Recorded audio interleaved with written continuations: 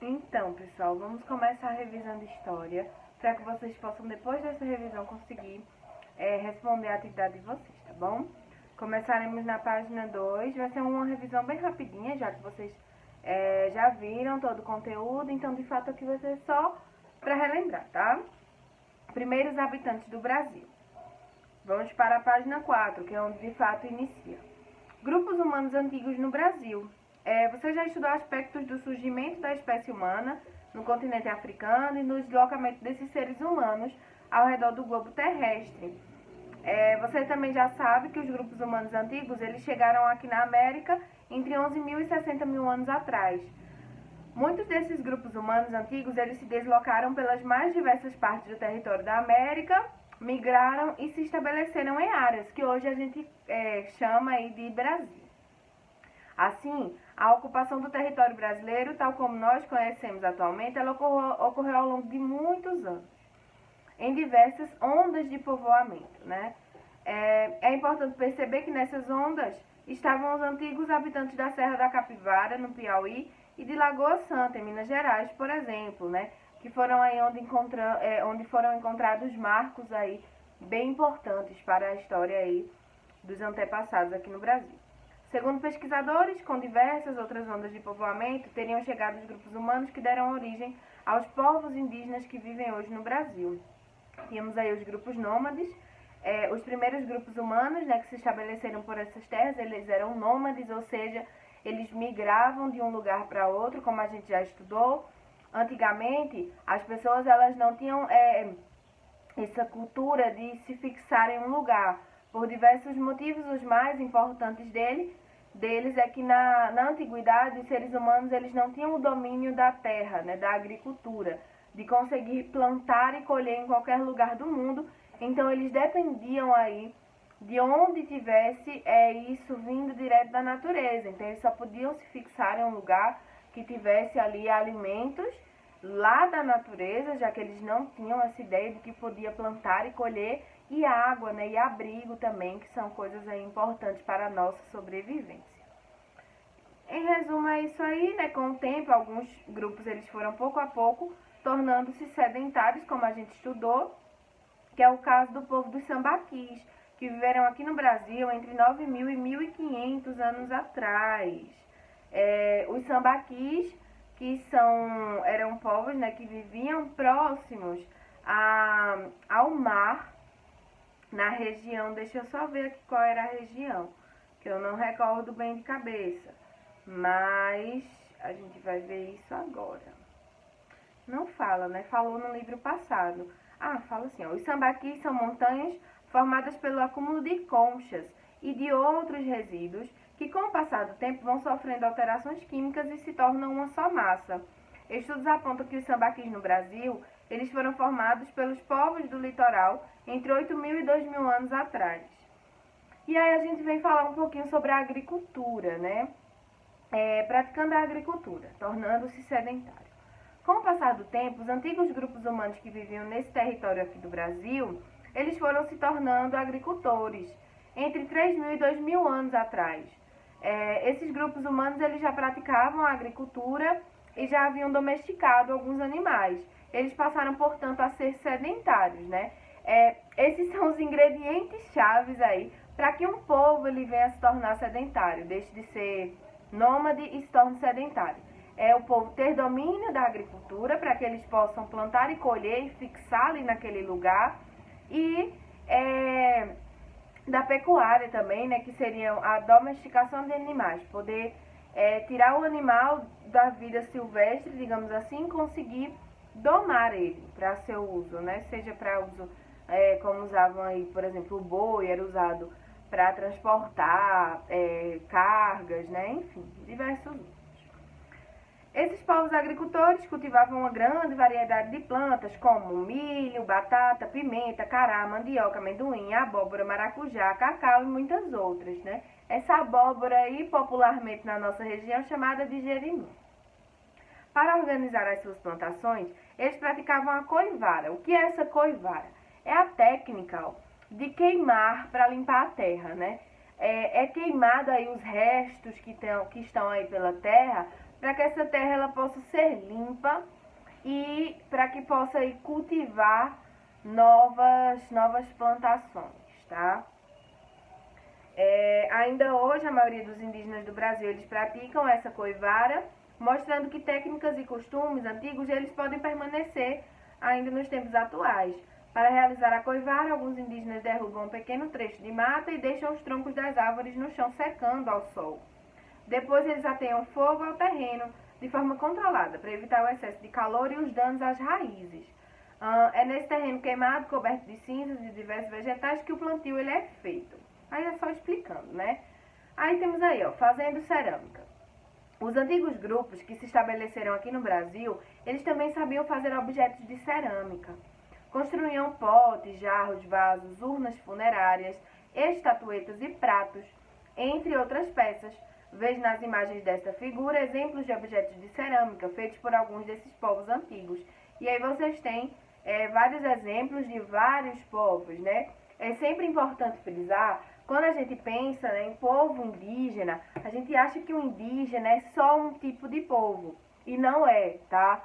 Existirão diversos grupos indígenas, diversas tribos indígenas, cada uma com uma língua diferente, cada uma com um costume diferente, cada um, enfim, completamente diferentes, né? Nós temos essa mania de achar que o povo indígena é um só povo, de achar que eles são todos iguais, que vivem todos do mesmo jeito.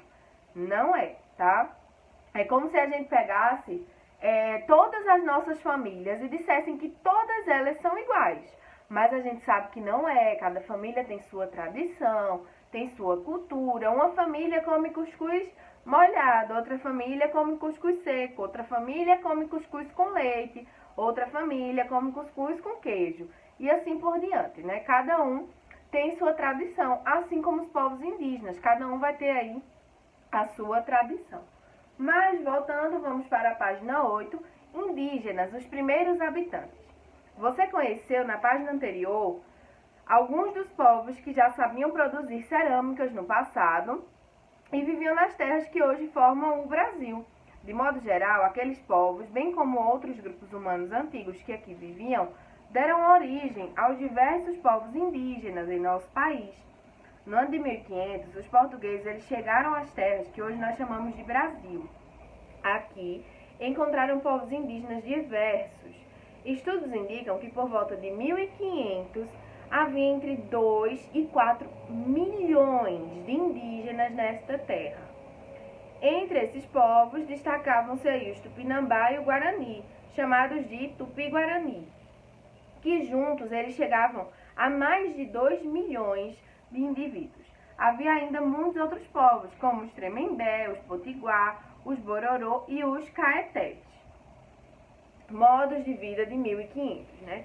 A maior parte dos povos indígenas, eles viviam da caça, da pesca e da agricultura. Os indígenas, eles eram ótimos agricultores e domesticavam plantas selvagens. Na agricultura, utilizavam da maior parte das vezes a técnica da coivara, como a gente já viu. Eles também produziam ferramentas necessárias para o seu trabalho e para o seu cotidiano, como o arco e a flecha, que é tão conhecido aí. Quando a gente fala de indígena, a gente lembra logo daquele arco e flecha. As cuias, que são, a gente até usa hoje em dia, né, vasilhinhas assim, elas têm esse formatinho assim, que algumas pessoas usam para comer dentro, de fato, outras usam aquele famoso banho de cuia, né, para pegar água, enfim, canoas, machados, entre outros utensílios. Além disso, eles construíam suas moradias e sabiam tecer e produzir objetos de cerâmica. Tecer é tipo trançar, e aí você pode fazer isso com cipó, né? Normalmente a gente vê aí, esqueci o nome agora, gente, mas enfim, que é feito de cipó, tipo vasinhos assim, que são feitos de cipó, tá? Acho que vocês já viram em algum lugar aí da vida de vocês. Peneiras também, existem algumas peneiras, aquelas do São João, acho que vocês lembram, que são feitas aí com trançado de cipó, tá? Mais ou menos aquilo ali, só para vocês se situarem. Objetos cerâmicas com palha faziam cestos, essa era a palavra que eu queria lembrar, esteiras, redes e outros objetos. Os povos indígenas, eles também utilizavam penas e peles de animais para enfeitar seus corpos, especialmente em cerimônias. Muitos deles desenvolveram técnicas aprimoradas de pintura corporal. Como era o trabalho, né? O trabalho nas aldeias indígenas, página 10.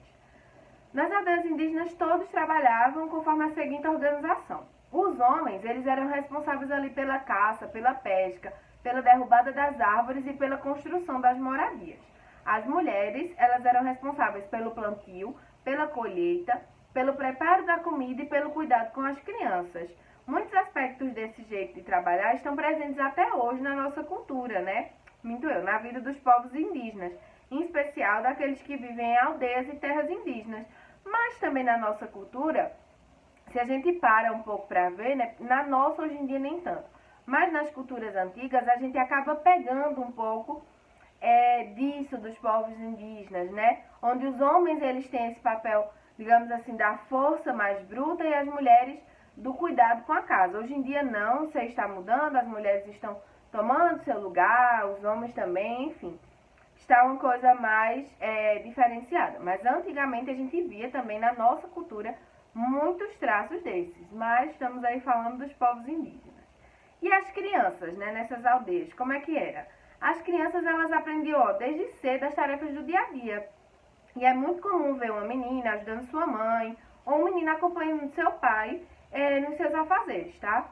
Elas costumavam construir objetos iguais aos de adultos, mas em miniaturas, ou seja, elas iam aprendendo desde cedo como é que funcionava, né, o esquema ali de trabalho das aldeias. Arte e trabalho. A criação artística ela fazia parte do dia a dia desses povos indígenas e eles são conhecidos por diversos tipos de arte, né? Que quando nós vamos representar a cultura indígena, por vezes, é isso aí que é tão bem representado, né? As pinturas nos corpos, nós temos também alguns adereços que são de origem indígena, que vêm com conchas, por exemplo, com dentes de animais, enfim, as penas, né, que são tão bem conhecidas aí, as roupas indígenas, tudo isso faz parte, né, da arte indígena. E os costumes da alimentação, sejam eles aí da alimentação, sejam eles do dia a dia, que costumes são esses? Diversos costumes indígenas, eles foram sendo incorporados pela sociedade não indígena. O consumo de alimentos como o milho, a mandioca, a batata doce, por exemplo, faz parte dos nossos hábitos. O preparo de pratos como tapioca e pirão de peixe também. Outros exemplos de hábitos e costumes são os usos das redes e as práticas de tomar banho todos os dias. Há também muitas palavras de origem indígena na língua portuguesa falada aqui no Brasil, mais especificamente palavras da origem tupi-guarani. E aqui o livro traz alguns exemplos, né? Capim, Curitiba, Jacaré, Maracanã, Mingau, Perereca, Pipoca, Urubu, entre outras aí que nós temos na nossa cultura, gente. Então, né, relembrando tudo isso, a gente pode ver que a cultura indígena é uma cultura muito rica de verdade, e que nós, que somos aí descendentes, né, de qualquer que seja o tipo, mas a gente pega um pouco aí desse indígena, né, pra gente. Por isso que é tão importante a gente saber quem foram os indígenas, quem são, na verdade, os indígenas, que ainda existem muitos por aí, numa quantidade bem reduzida hoje em dia, mas ainda existem indígenas no Brasil. E a gente perceber o quanto nós temos, né, dos indígenas, seja nas artes, que nós utilizamos bastante, seja no nosso dia a dia, né, com essa prática do banho todo dia, por exemplo, é uma coisa muito presente no brasileiro, que poucas partes do mundo elas têm essa cultura de tomar banho todos os dias, e nós temos isso graças aos indígenas, né, graças ao povo indígena que são nossos antepassados. E é isso, eu vou mostrar aqui alguns exemplos, né, de artes indígenas que a gente acaba tendo. Não sei se todo mundo tem. Eu tenho alguns exemplos aqui que eu tenho na minha casa. Um deles é o Filtro dos Sonhos, acredito que vocês já tenham ouvido falar. E outro é um adereço mesmo de artesanato, que não tem origem, o meu não veio de uma tribo indígena, mas aí tem a questão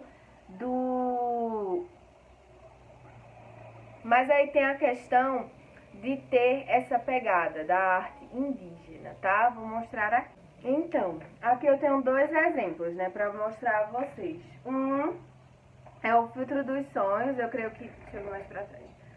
Eu creio que a maioria já tenha visto, não nesse formato aqui, que é da árvore da vida, né?